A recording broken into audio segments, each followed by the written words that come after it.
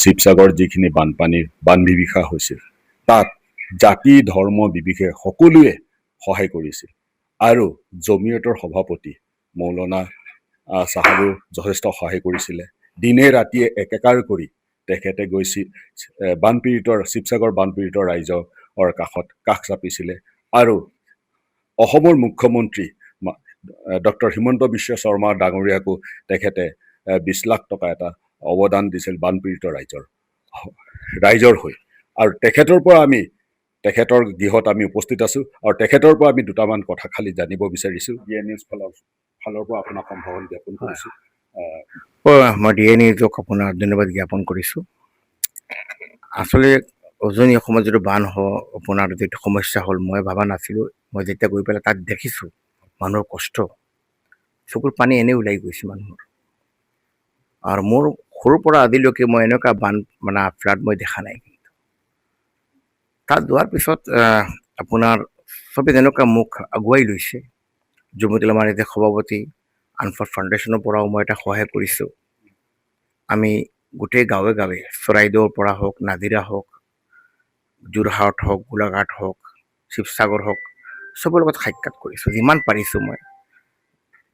তেতিয়া আমি নিৰ্ণয় লৈছোঁ যে কেনেকুৱা মানুহ কিভাৱে মানুহক আমি সহায় কৰিলে ভাল হ'ব আমি খাদ্য সামগ্ৰী দি পঠোৱাইছিলোঁ 30 লাখ টকা বস্তু দিছিলোঁ মোৰ দেন আপোনাৰ 1000 ষ্টুডেণ্ট সেইবিলাকক আপোনাৰ জ্যামিতি বক্স হওক আপোনাৰ পঢ়া শুনাৰ কাৰণে কিছু কিতাপ দিছিলোঁ আমি লগতে আমি তাত গৈ পেলাই আমি শৃংখল চলিয়া হওক আপোনাৰ আকাশ শইকীয়া হওক আপোনাৰ সিতু বড়ো হওক চবৰ লগত সাক্ষাৎ হ'ল এক আন্তৰিকতা হিচাপে তেওঁলোকে আমাক বহুত সন্মান জনাইছে সম্বৰ্ধনা দিছে আৰু খুব এটা ভাল সম্পৰ্ক গঢ়ি উঠিছে আৰু আমাৰ জমিয়তৰ নহয় মই দেখিছোঁ এইবাৰ এই বানপানীত ভাৰতৰ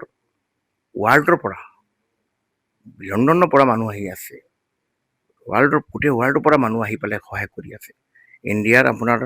আপোনাৰ এক ৰহমান ফাউণ্ডেশ্যন এতিয়া আজি চাওক বিহাৰৰ পৰা আপোনাৰ জমিয়তুল উলামাৰ মানুহ বিহাৰৰ পৰা আহি পেলাই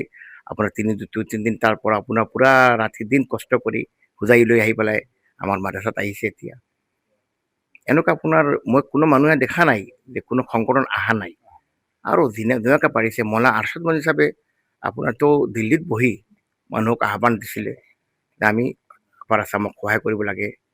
আৰু এটা কথা মোক কৈ দিছিলে যে তুমি সহায় কাৰণে গৈ আছা কোন হিন্দু কোন মুছলমান নাচাবা কোনো মানুহে যদি আমিতো কাম কৰি আছোঁ আমি কেতিয়াও এনেকৈ নাচাওঁ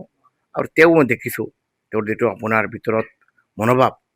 ইমান তোক বাৰ মোৰ মদিনাত আছিলোঁ মক্কাত আছিলোঁ তুমি এতিয়ালৈকে যোৱা নাই নেকি তুমি সোনকালে তাত যোৱা তুমি মানুহক সহায় কৰা গৈ পেলাই মই হজৰত মই উমৰাত আহিছিলোঁ গাটো বেয়া ঠিক আছে গা ধুব নালাগে যি আশাকৰ পৰিণাম মানুহে আশা ৰাখিব পিছত নেপালে পাব লাগিব এইটো সেইকাৰণে মই ভাবিছোঁ কিছুমান মানুহে গৈ পেলাই তাত কৈ আছে ইমান দিম সিমান দিম পিছত নিদিলে পিছত কি হ'ব বুজি পাইছে বেয়া হ'ব সেইকাৰণে আমি ইমান দিম যিমান দিম ইমান কৰি আছোঁ আৰু আমি বহুত কথা তেখেতৰ পৰা জানিম পৰৱৰ্তী বিষয়ত এতিয়া মই জানিব বিচাৰিছোঁ সদৌ বিহাৰৰ পৰা 4টা দিনকে দিনে ৰাতিয়ে কষ্ট কৰি তেখেতসকলে বানপীড়িত ৰাইজক কিছু বৰঙণি আগবঢ়াইছিলে আৰু তেখেতসকলৰ পৰা মই জানিব বিচাৰিছোঁ নমস্কাৰ जी आप बोलिए आप कितना दिन से आए थे बिहार से हम लोग 4-5 दिन वहाँ रहे हैं और शिव सागर के जो सैलाब इफेक्टेड एरियाज है वहाँ हमने विजिट किया है और वहाँ के जो हालात देखे हैं लोग सड़कों पर है और सड़कों पर ज़िंदगी बसर कर रहे हैं और जब ये वीडियोस हम लोग तक पहुँची तो हम लोग वहाँ से आए और जितना हमसे जमीयतुल उलमा से हुआ हम लोगों ने काम किया है लोगों को खाने का पहनने के कपड़े और बिस्तर वगैरह उन सब से उन लोगों का ताउन करने की कोशिश की है मगर ये तो ऊँट के मुंह में जीरा है वहाँ तो बहुत काम करने की ज़रूरत है मैं तमाम लोगों से इंसानियत के नाते अपील करता हूँ कि सब बढ़ चढ़ कर वहाँ के लोगों की मदद करें और आगे बढ़ करके उनका ताउन करें উমৰা হৈ গ'ল তোমাৰ তাত যোৱা এতিয়া মানুহ সহায় কৰা প্ৰয়োজন তেওঁৰ কথা শুনি পেলাই মই আৰু বেছি দেখা নাই আৰু 3 দিন পিছত আহিলোহেঁতেন, কিন্তু মই দৌৰি আহি গ'লোঁ। মই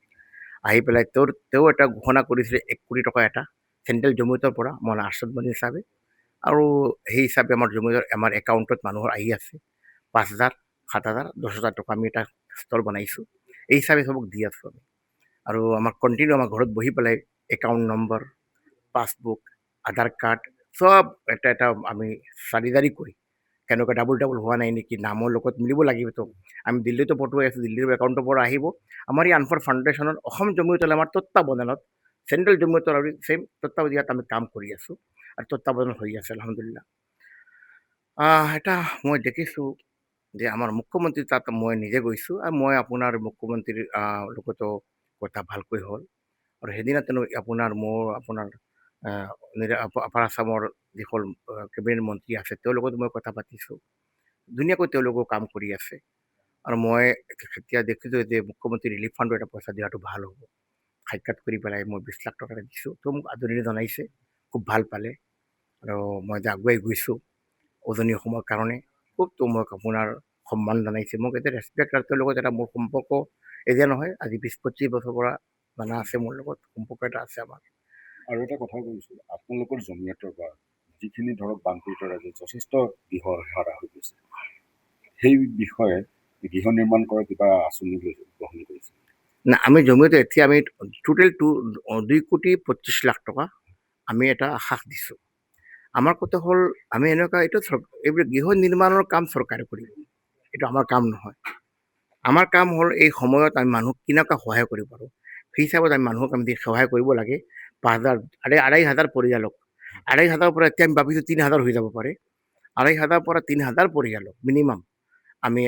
আমি প্ৰত্যেক একাউণ্টত পইচা গৈ আছে। সেইসকল মানুহে কমচে কম 5-10 হাজাৰ টকা যদি পায়, কোনো মানুহে 2 বান টিনটো ল'ব পাৰিব, 3 বান লিটাৰ এটা নিৰ্মাণৰ এটা কাম হ'ব। চবতো আমি নোৱাৰোঁ, আৰু আমি এনেকুৱা কথা নকওঁ যিবিলাক আমি কৰিব নোৱাৰোঁ। মানুহ এই দুৰ্যোগ সময়ত